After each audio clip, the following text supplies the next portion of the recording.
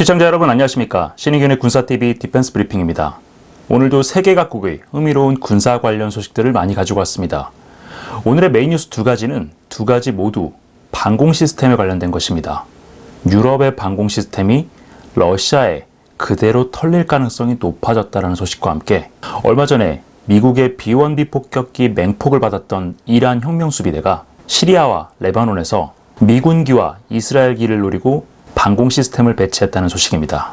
이란의 방공 시스템이 실제로 미국이나 이스라엘 전투기를 격추하게 되면 상황이 더 확전될 가능성이 높은데 어떤 내용인지 알아보겠습니다. 먼저 오늘의 5가지 단신부터 보고 가시겠습니다. 러시아 무르만스크 핵잠수함 기지에 대한 방어 최전선에 서 있는 노르웨이가 독일과 공동 조달 중인 212CD형 잠수함 도입 수량을 4척에서 6척으로 늘리기로 했다는 소식입니다. 노르웨이는 이 잠수함이야말로 게임 체인저가 될 것이라고 선언했는데요. 이 잠수함으로 러시아 핵잠수함을 견제하겠다는 것인데 과연 그것이 뜻대로 될지 모르겠습니다. 212CD형, 우리가 212형의 수출형이죠. 214형 잠수함을 손원일급이라는 명칭으로 해서 도입하고 있는데 이 잠수함은 1800톤급입니다. 그런데 지금 독일과 노르웨이가 공동으로 조달하고 있는 이 신형 잠수함은 2500톤까지 그 덩치가 커졌습니다.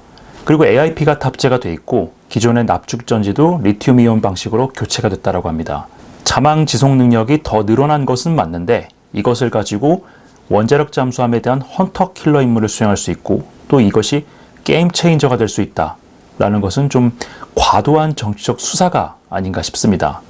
물론 노르웨이가 이 잠수함을 적절하게 활용을 한다면은 노르웨이 해안선에서 직선 거리로 약 100km 떨어져 있는 무르만스크 해군기지 입구를 막을 수 있습니다. 재래식 잠수함 같은 경우에는 원자력 잠수함에 비해서 정숙도가 굉장히 뛰어나죠.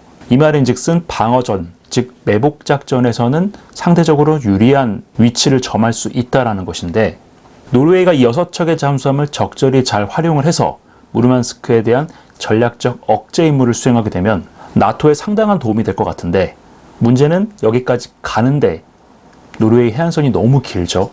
그리고 러시아도 스칸디나비아 북쪽에 대한 집중적인 해상 초계를 실시하고 있기 때문에 러시아 해군에 탐지되지 않고 이 무르만스크 앞까지 가서 러시아 핵잠수함을 추적 감시하는 그런 임무를 수행할 수 있느냐, 이것이 노르웨이 잠수함들의 전략적 가치가 어느 정도 되느냐를 좌우할 잣대가 될 것 같습니다. 미 조선업계에 대한 미 해군 장관의 분노가 결국 폭발했습니다.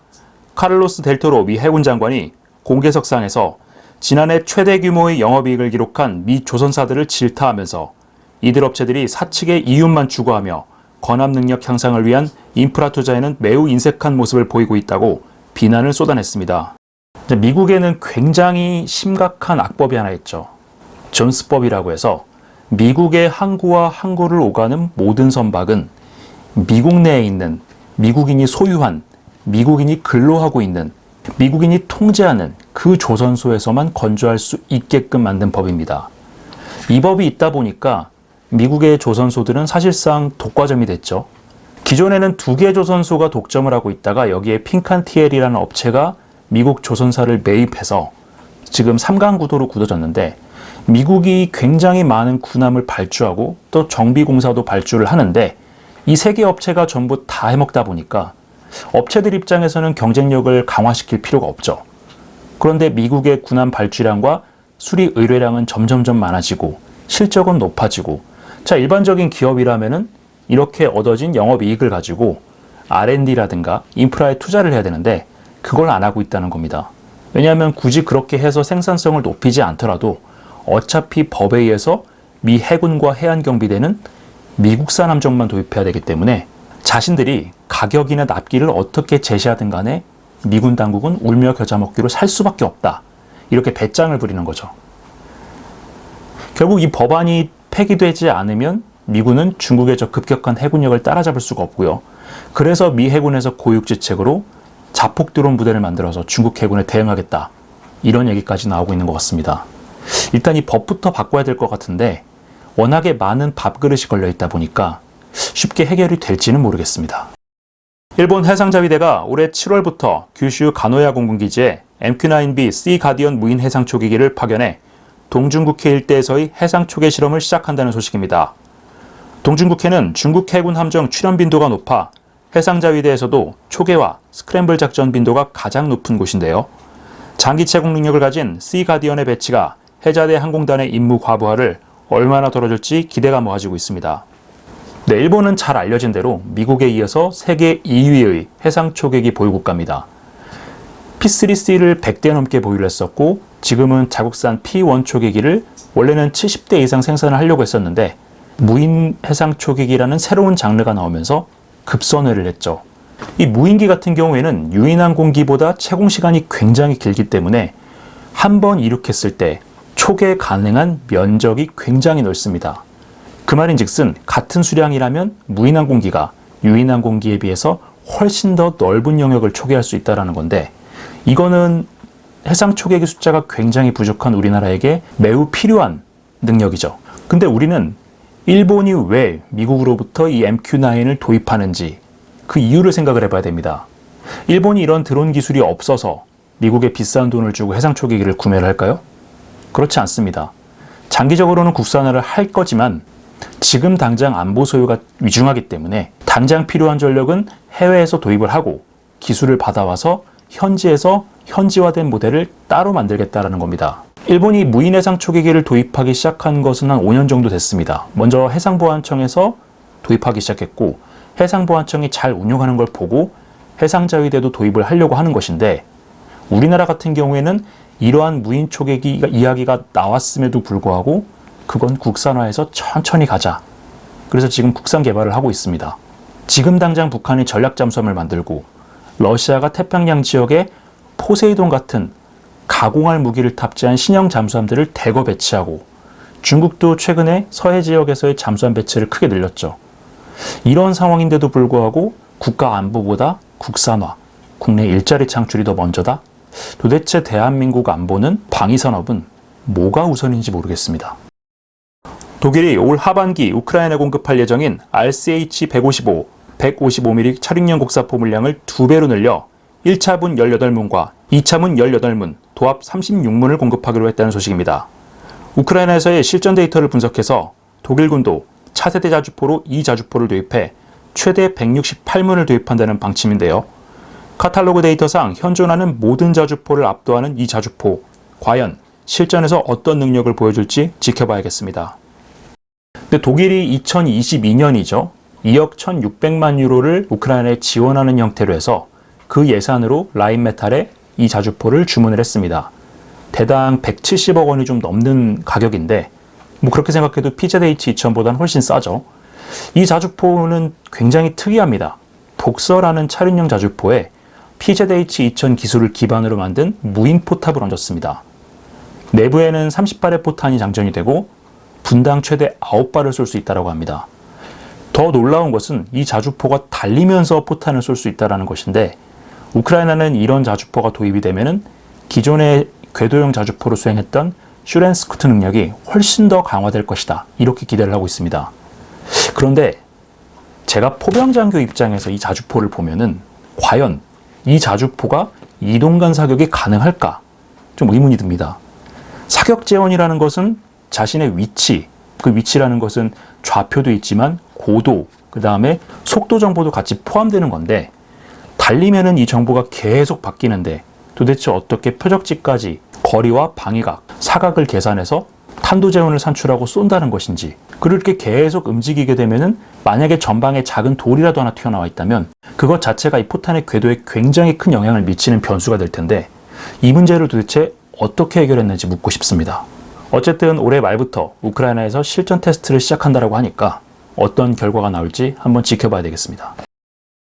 등장하기만 하면 중국과 러시아에 엄청난 전략적 부담을 줄 수 있는 미 공군의 극비 전략무기, 일명 SR-71을 개발하는 메이엠 프로젝트에 대한 예산 배정이 무산됐다는 소식입니다. 24회 개년도 예산에 해당 예산이 전혀 배정되지 않아 사업 지속이 불투명해졌다는 소식이 전해졌는데요. 부디 차기 정부에서는 예산이 정상적으로 집행돼 하루빨리 실전에 배치될 수 있게 되기를 바라겠습니다. 근데 현재 이 프로젝트를 추진하고 있는 록히드 마틴의 최정예 설계팀이죠. 스컹크웍스가 예전에 개봉했던 탑건 매버릭이라는 영화에서 다크스타라는 명칭으로 이 전투기의 형상을 일부 공개했었습니다. 물론 진짜 그렇게 등장하진 않을 거긴 한데 카탈로그 데이터에 나오는 이 항공기의 성능은 그야말로 무시무시합니다. 최소 마하 6, 최대 마하 10 정도의 엄청난 속도를 자랑하고요. 미국에서 발진해서 전 세계 어디든지 간에 1시간 내에 도달하는 것이 목표입니다. 그렇게 1시간 내에 도달해서 원래는 정찰 임무만 수행한다고 하는데 정찰만 할까요? 당연히 무장도 탑재하겠죠. 그래서 세계 어디든 1시간 내에 타격한다. 예전에 미공군이 얘기했던 GPS 개념이 이 항공기로 인해서 실현이 되는 건데 미국은 이 엄청난 항공기의 속도를 이용해서 극초음속 미사일이라든가 탄도미사일도 요격하는 방안을 추진하고 있습니다. 속도가 사실상 극초음속 무기니까 여기에 레이저를 탑재해서 극초음속 무기와 같은 속도로 비행하면서 레이저로 조사하면 얼마든지 요격이 가능하겠죠. 이런 엄청난 무기는 하루빨리 개발해서 실전에 배치를 해야 되는데 도대체 이 예산을 왜 날렸는지, 누구 좋으라고 날렸는지 바이든 대통령에게 물어보고 싶습니다. 자, 오늘의 메인 뉴스입니다. 독일이 꽤 위험한 결정을 내렸습니다. 튀르키예를 유럽 공동 방공망에 다시 끌어들이기로 한 것인데 아무래도 미국이 특히 내년에 정권이 바뀌게 되면 다음 행정부가 굉장히 강력하게 반발할 것 같은데 어떤 내용인지 한번 알아보겠습니다. 도널드 트럼프 전 대통령의 백악관 복귀와 나토 붕괴에 대한 공포가 유럽 전역에서 확산되고 있는 가운데 미국으로부터 나토 방공망 네트워크 추방 조치를 받았던 튀르키예가 독일의 초청으로 나토 방공망에 복귀했습니다. 아무래도 미국의 우려대로 튀르키예의 S-400 방공 시스템이 나토 방공망에 연결될 것 같습니다. 독일이 주도하는 유럽 통합 방공 시스템 구축 프로젝트인 유러피언 스카이실드 이니셔티브에 튀르키예와 그리스가 회원국으로 합류하게 됐다고 독일 정부가 발표했습니다. 이번 발표는 현지 시각으로 지난 2월 15일 벨기에 브뤼셀에서 열린 나토 국방장관 회담의 의제였던 방공망 강화 합의에 따른 것입니다. 이번 발표에 따라 S-400 도입 이후 나토 방공 시스템에서 퇴출됐던 튀르키예가 다시 나토 동맹국들과의 방공 네트워크에 합류하게 됐습니다. 튀르키예는 지난 2016년 쿠데타 모의 사건 이후 러시아와 급격히 가까워지며 2017년 미국의 강력한 반대에도 불구하고 S-400 방공 시스템 3개 포대 구매 계약을 체결했습니다. 이에 미국은 S-400이 나토 회원국인 튀르키예의 방공 네트워크에 연결될 경우 이 시스템의 유지 보수를 위해 튀르키예에 파견될 러시아 엔지니어들이 나토 방공 네트워크에 접근해 민감한 정보를 빼낼 수 있다면서 튀르키예를 네트워크에서 축출했습니다. 이 사건 이후 튀르키예는 미국산 F-16 전투기를 띄워 S-400 방공 시스템의 모의 표적으로 삼는 등 미국의 심기를 건드리며 대립각을 세워왔는데요. 미국은 S-400을 미국이 유상 구매해 우크라이나에 이전하는 방안도 제안했지만 튀르키예는 결국 S-400을 포기하지 않았습니다. 문제는 튀르키예가 국가 방공망 네트워크에 S-400을 연결해놓고 나토 연합 방공 네트워크에 연결할 경우 미국의 우려대로 러시아가 나토 방공망 네트워크에 접근할 가능성이 생긴다는 것입니다. 튀르키예는 S-400 외에도 자체 방공 시스템을 개발해 대량 배치하고 있어 방공 시스템 공동구매가 핵심인 유러피언 스카이실드 이니셔티브에는 참여할 이유가 없는 나라인데요. 도대체 독일이 어떤 이유로 튀르키예를 이 프로젝트에 참여시켰는지 그 배경에 관심이 쏠리고 있습니다. 자, 이 ESSI 이니셔티브 같은 경우에는 나토하고는 별개입니다. 독일이 따로 추구하고 있긴 하지만 여기에 참여하는 21개 나라 대부분이 나토 국가고요. 이 나토 국가들의 방공 시스템은 전부 연결이 되어 있기 때문에 형식적으로만 튀르키예 방공 시스템이 나토에 연결되지 않는 거지 실제로는 나토 방공 시스템에 이 튀르키예의 S-400이 물리게 되는 상황이 됐습니다. 자, 그렇다면 독일이 왜 이런 결정을 했을까요? 튀르키예는 이 ESSI에 별로 관심이 없었습니다. 왜냐하면 이 유러피언 스카이실드라는 구상 자체가 지금 우리 방공망이 굉장히 취약하니까 미국제가 됐든 프랑스제가 됐든 독일제가 됐든 방공 시스템을 공동으로 구매를 해서 함께 방공망을 구축을 하자, 이런 내용입니다. 이 이니셔티브를 이끌고 있는 독일 같은 경우에는 각 국가한테 아이리스-T SLM, 그러니까 우크라이나에서 최근 활약하고 있는 그 지대공 미사일을 판매하기 위해서 굉장히 판촉을 열심히 벌이고 있고요. 프랑스하고 이탈리아 같은 경우에도 공동으로 개발된 SAMT라는 그 지대공 미사일 시스템이 있죠. 그 시스템을 판촉하고 있습니다. 그리고 독일 같은 경우에는 이 이니셔티브에 판매를 하기 위해서 독일 현지에 패트리어트 미사일 중에 항공기와 탄도탄을 동시에 공격할 수 있는 GMT 미사일을 기술 도입 생산하기 위해서 라인을 깔고 있습니다. 결국 핵심은 이 ESSI가 방공망이 부족한 국가들에게 방공 시스템을 공급하는, 그래서 연합 방공망을 구축하는 일종의 지대공 미사일 공동구매 사업인데, 도대체 왜 여기에 튀르키예가 들어왔냐는 거죠. 다른 나라들 대부분은, 기존의 ESSI 회원국 19개 국가는 대부분 지대공 미사일을 생산하는 국가거나 혹은 그것을 사야 하는 국가들이었습니다. 뭐 그리스는 이해가 되는데, 튀르키예는 이 그림에서 보시는 것처럼 사이퍼라는 중장거리 지대공 미사일을 갖고 있습니다. 이 사진에 나와 있는 사이퍼 블록 1 같은 경우에는 사거리가 100km입니다.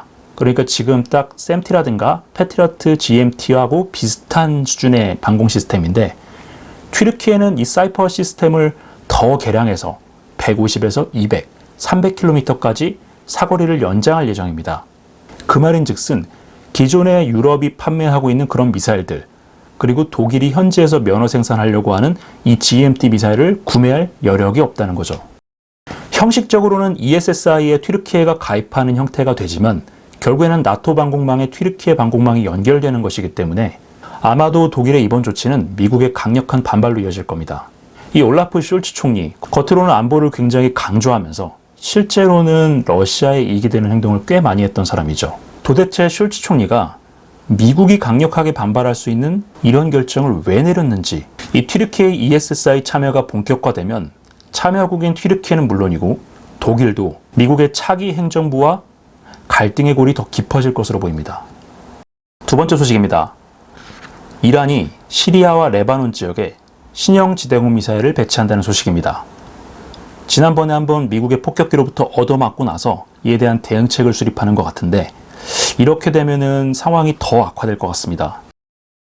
이란이 미국과 이스라엘의 공습이 심화되고 있는 시리아와 레바논 지역에 자국산 최신 중거리 방공 시스템을 배치할 준비를 하고 있다는 소식입니다.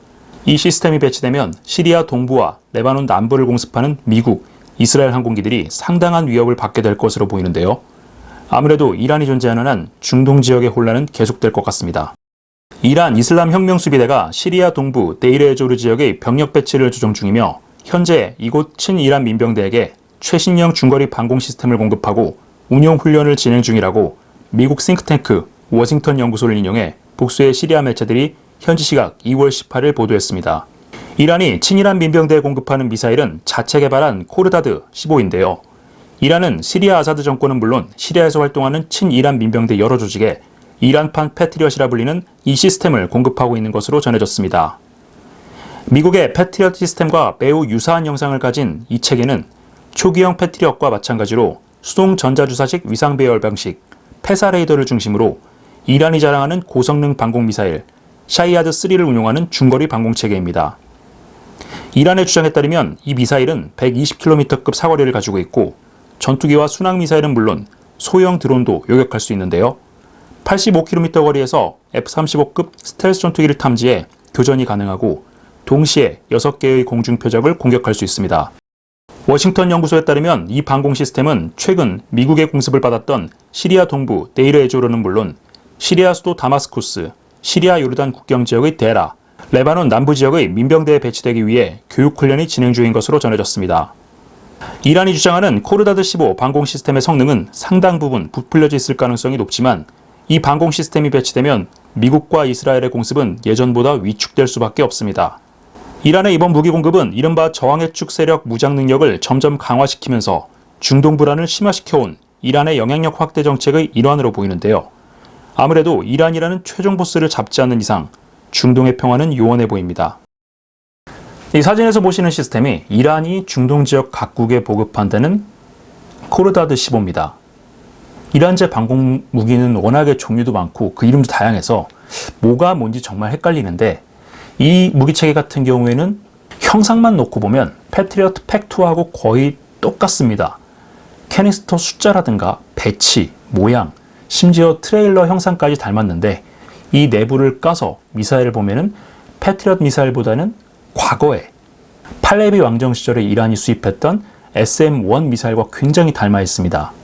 이란은 이걸 계속해가지고 늘려서 지금의 샤이다드 3를 만들었는데, 이란의 주장대로라면은 사정거리가 120km, 그리고 복합 유도 장치를 갖고 있어서 미사일 스스로 표적을 찾아서 추적하고 유도가 가능하다고 합니다.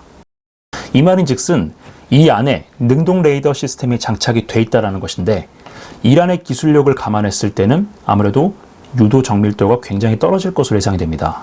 그럼에도 불구하고 이 미사일은 굉장히 위협적이죠. 일단은 위상 배열 레이더를 기반으로 해서 탐지 및 추적을 실시를 하고요. 이 미사일의 사정거리가 굉장히 길기 때문에 전투기에도 굉장히 위협적이지만은 미국의 B-1B, 지난번에 시리아 동부 지역에 친이란 반군 지역을 공습했던 미군 전력이 B-1B 폭격기지 않습니까? 이런 폭격기 같은 경우에는 이러한 지대공 미사일 위협에 굉장히 취약합니다.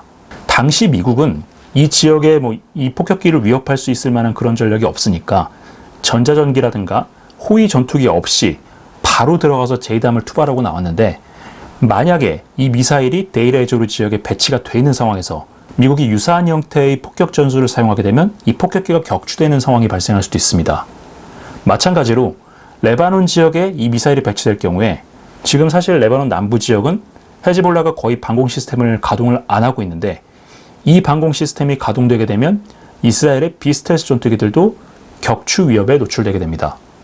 자, 이 지도가 워싱턴 연구소에서 도식한 이 코르다드 15 미사일의 예상 배치 지역입니다. 실제로 이렇게 배치가 되게 되면은 지금 미국과 이스라엘이 주로 공습하고 있는 지역, 레바논, 시리아, 그리고 시리아 동부 지역, 이 세 개 지역의 방공 시스템이 굉장히 강화되게 되는데 이란의 지대공 미사일 시스템, 친이란 민병대에 공급된 형태로 운영이 된다고 하더라도 결국 이 방공포대에는 이란 혁명수비대 관계자들이 가 있겠죠. 이렇게 되면 시리아와 레바논 영토에서 이란이 미국과 이스라엘을 상대로 직접 교전행위에 나서게 되는 것인데 이 미사일에 의해서 만약에 미국과 이스라엘 항공기가 격추된다. 아마도 상황이 크게 악화될 것으로 보입니다. 결국에는 이 모든 사태들을 뒤에서 조종하고 뒤에서 배후 지원을 해주고 있는 이란이라는 최종 보스를 잡지 않는 이상은 이 중동 지역의 혼란이 끝나지 않을 것이다라는 것을 이 미사일 배치가 또 한 번 보여주고 있는 것인데요. 과연 미국이 금적금왕이라는 병법의 기본에 따라서 이란을 직접적으로 응징할지 한번 지켜봐야 되겠습니다. 자, 오늘 저희가 준비한 디펜스 브리핑은 여기까지입니다.